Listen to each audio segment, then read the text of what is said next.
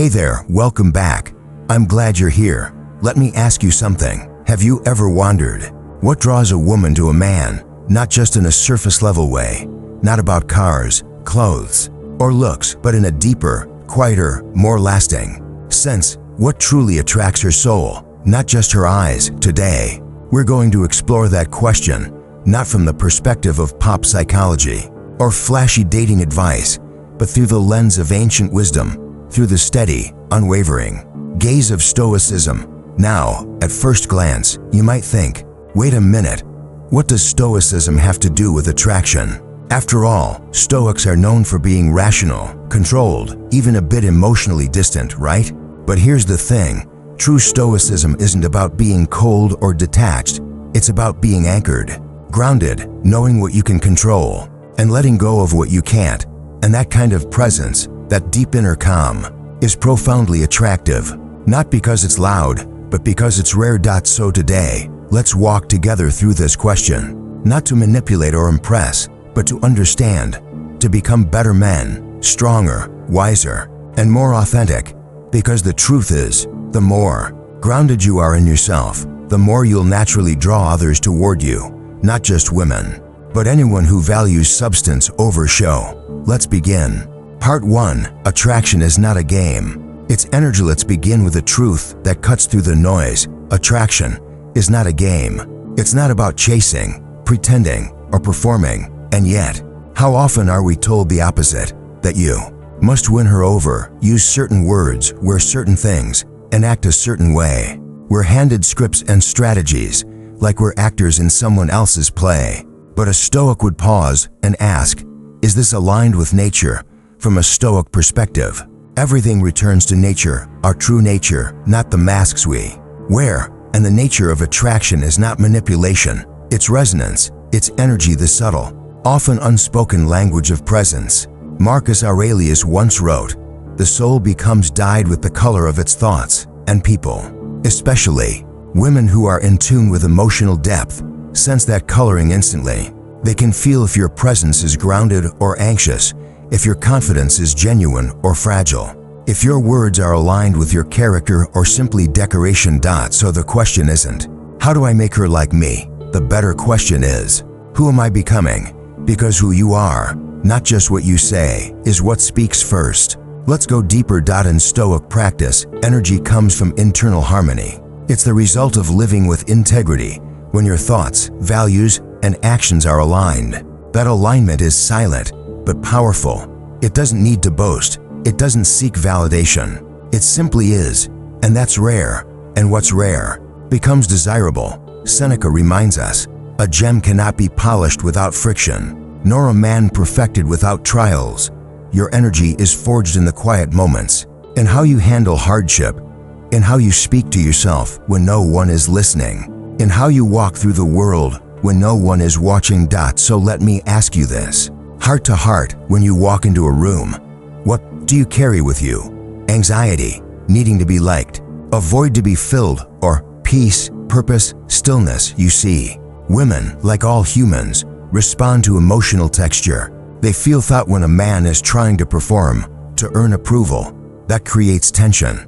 But when a man is rooted in himself, content with who he is, not trying to impress or chase, there's ease. And that ease is magnetic. It's the calm in your voice, the steadiness in your eyes, the comfort you radiate just by being. So instead of learning lines, learn your values. Instead of chasing charm, cultivate character. Instead of games, grow your presence. Because when your energy is clean, not desperate, not deceptive, you no longer need to attract. You become the kind of man who naturally draws others in, not through force, but through gravity. And that is the Stoic way. Part 2. Control what you can. Let go of what you can't. There's a phrase you've probably heard many times. It's one of the cornerstones of Stoic philosophy. Some things are up to us, and some things are not. Epictetus, simple, clear. Yet, in relationships, especially when it comes to attraction, how often do we forget this? We chase, we worry, we try to mold ourselves into something we think will be loved. We rehearse what to say, how to look, how to act, all to influence the one thing that was never truly ours to control. another person's heart. Stoicism gently reminds us, you cannot control how someone feels about you.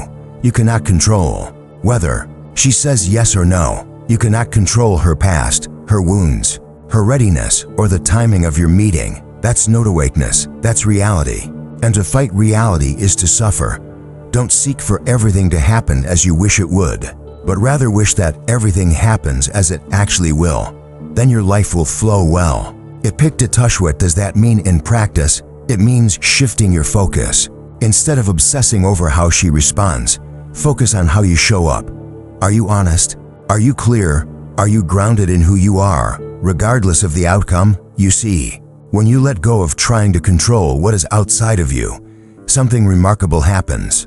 You reclaim your power, not the power to possess someone else, but the power to live with dignity. And dignity is deeply attractive because there's nothing more compelling than someone who is at peace with themselves, someone who doesn't flinch in the face of uncertainty, someone who doesn't crumble when they're not chosen. Let's be honest, rejection stings. We're human, but a Stoic doesn't deny the sting. He simply doesn't build his identity around it. Marcus Aurelius said it like this: you have power over your mind, not outside events. Realize this, and you will find strength. So when she pulls away, or doesn't text back, or chooses someone else, breathe. Don't spiral. Don't chase. Don't make it about your worth. Come back to yourself. Ask, what can I learn? What can I improve? Where did I compromise my values in trying to control the uncontrollable? Then let go. Let go, not with bitterness, but with grace. Let go, not because you've given up, but because you're choosing peace. You're choosing to trust life's unfolding, even when it doesn't match your plan. Because the man who lets go with grace walks lighter, stands taller, loves clearer. And when you embody that energy, calm, present, unattached, you don't just become more attractive.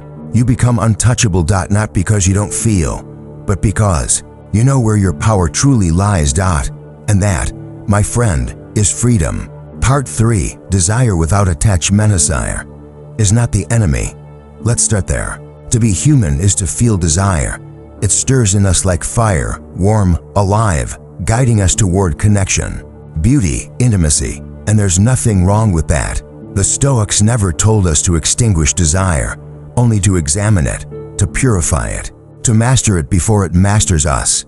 Epictetus put it wisely: freedom is not achieved by satisfying desire, but by eliminating it. Now, let's not misunderstand him. He wasn't preaching suppression. He was pointing toward a deeper freedom, the kind that arises when your happiness no longer depends on external outcomes. So, let me ask you, can you desire a woman without clinging to her? Can you admire her smile, her spirit, her warmth without turning that into obsession, without creating an identity around getting her? That's where so many of us suffer, not in the desire itself, but in our attachment to it. We start to believe that unless she reciprocates, unless we win her, we are somehow incomplete. But that's not love. That's possession disguised as romance. And Stoicism invites us to love with open hands. Marcus Aurelius offered this reminder: receive without pride, let go without attachment. In the realm of attraction, this means showing up with your heart open, your words honest, your intentions clear, and yet being entirely okay if she walks away, not bitter, not broken, just clear. That's the paradox of Stoic desire. It's strong, but it doesn't grasp. It moves toward what it wants, but it doesn't need it to be whole. It's rooted in abundance, not scarcity. Seneca wrote, "He suffers more than necessary, who suffers before it is necessary." And that's what attachment does. It makes you suffer prematurely, worrying about outcomes, overthinking every interaction, fearing rejection. It binds your sense of worth to someone else's response. But when you cultivate desire without attachment, you're able to love purely, not for what you can get, but for what you can give. Imagine this: you meet someone who lights a spark in you. You feel drawn to her, her grace, her laughter, her presence. And instead of trying to own that spark, you simply let it warm you. You walk with her if she's willing. You part ways with gratitude if she's not. No begging, no clinging, just clear, centered intention. That is strength. That is maturity. That is Stoic love. Because in the end, What matters is not whether you are desired in return, but whether you remain true to yourself in how you expressed your desire.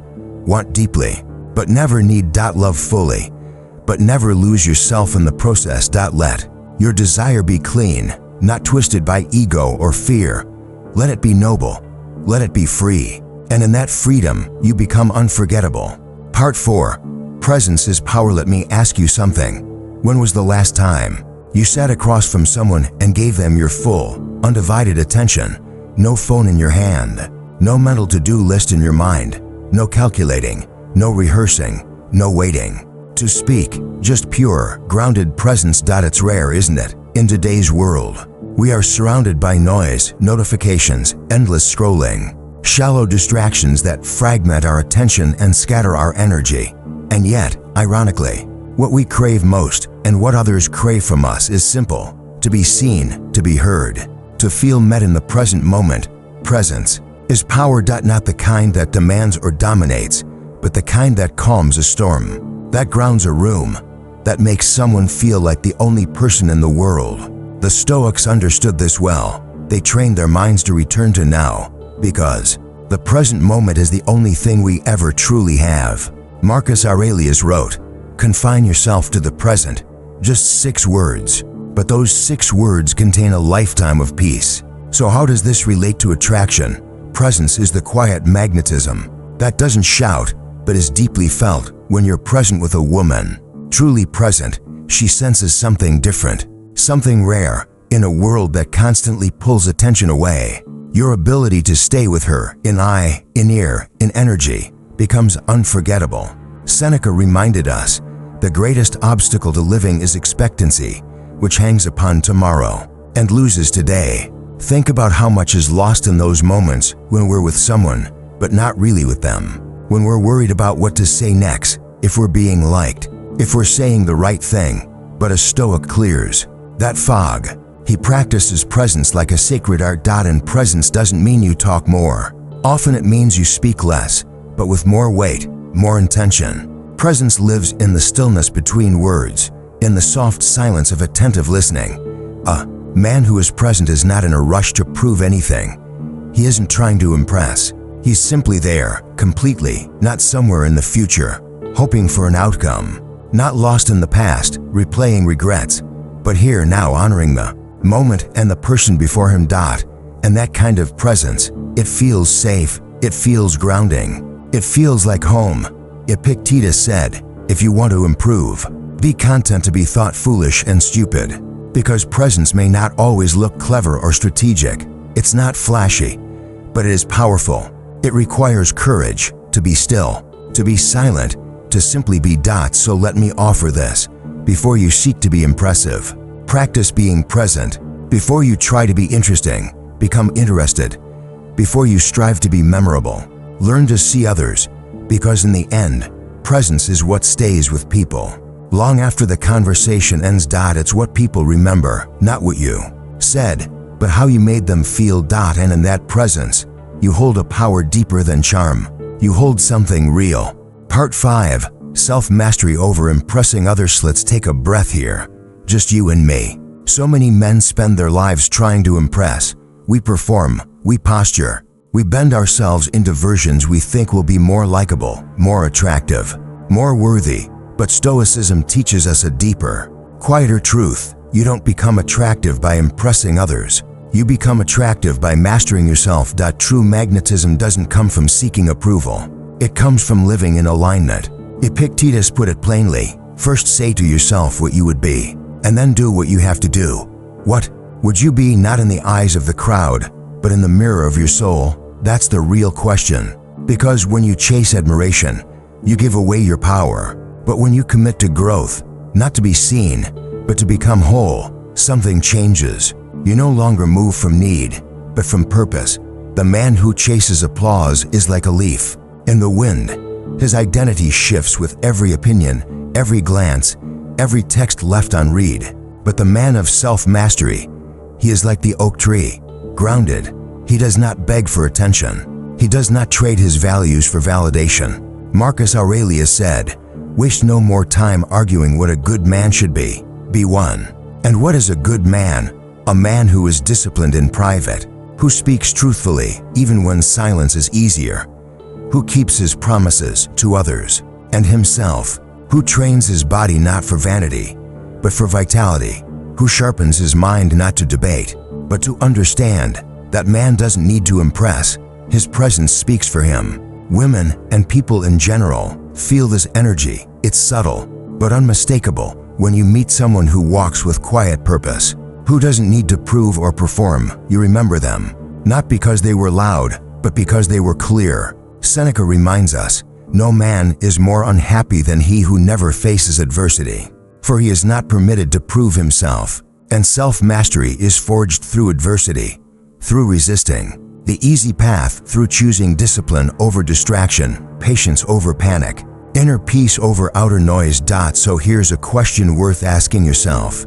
Often, am I living to impress, or am I living to express who I truly am? Because when you stop asking, what do they think of me, and start asking, am I proud of who I am becoming? That's when your energy shifts. That's when you become a man who doesn't chase, doesn't perform, doesn't crumble. You become a man who builds, who grows, who leads, not with dominance, but with direction. And that kind of man, he doesn't just attract others, he inspires them. Part 6, Rejection as Redirection. Let's talk about something no one enjoys, but everyone experiences. Rejection. You put yourself out there, you express interest, you hope, quietly, vulnerably, that it might lead somewhere, and then or she says no, or she disappears, or you feel that subtle shift in energy that tells you she's no longer choosing you. It stings, doesn't it? That's okay. You're human. It's okay to feel it.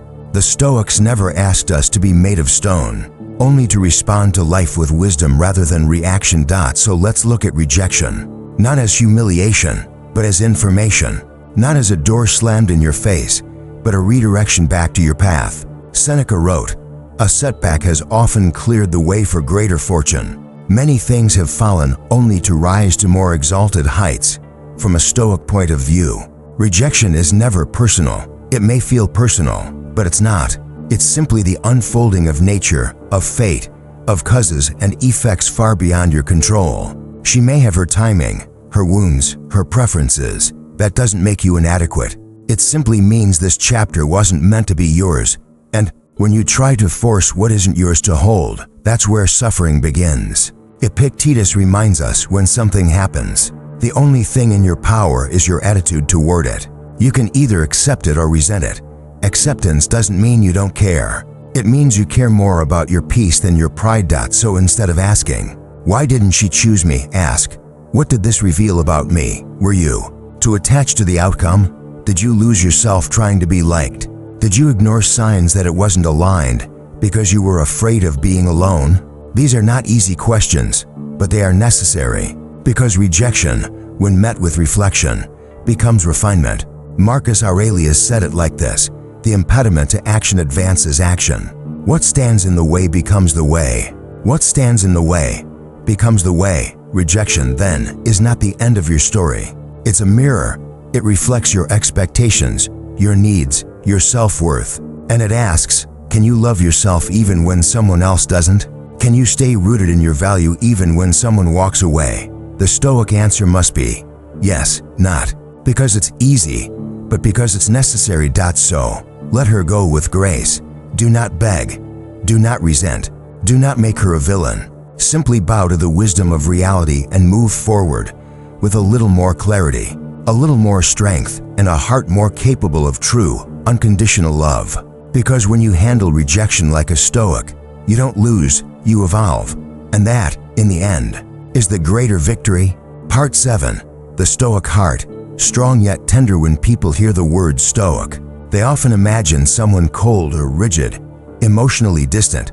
But that's not the Stoic heart. A true Stoic heart is not hard. It is resilient. It doesn't shut out emotion.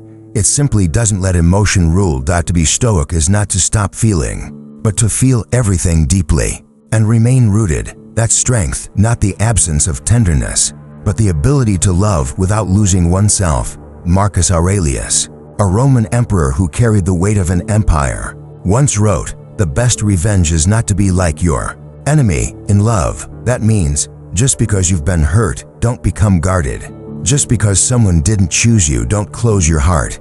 Just because others act with coldness or calculation, don't harden your soul. The Stoic heart remains open, not because it is naive, but because it is wise enough to know that vulnerability is not weakness. Epictetus said, "It's not things that upset us, but our judgments about things." So if love doesn't work out, the Stoic does not say, "Love is dangerous." He says, "Attachment is dangerous, ego is dangerous, misplaced expectations are dangerous. But love is life itself, that to feel drawn to someone, to care, to hope, to imagine a future, that is human, that is sacred." The Stoic doesn't deny those feelings. He simply watches them rise and fall with awareness. He does not become enslaved by them. Seneca reminds us, "No man is more unhappy than he who never faces adversity, for he is not permitted to prove himself, and love is adversity sometimes." To open your heart is to accept the risk of loss, but also the possibility of something profound, something that changes you, not because you clung to it, but because you grew through it. The Stoic heart is like a mountain lake, still on the surface, but deep beneath. It reflects the sky, yet holds the storm. It welcomes sunlight, yet never forgets the shape of darkness. It is a heart that can say, "I love you, and I release you. I care for you, but I do not need you to validate me. I offer my soul, not as a demand, but as a gift freely given."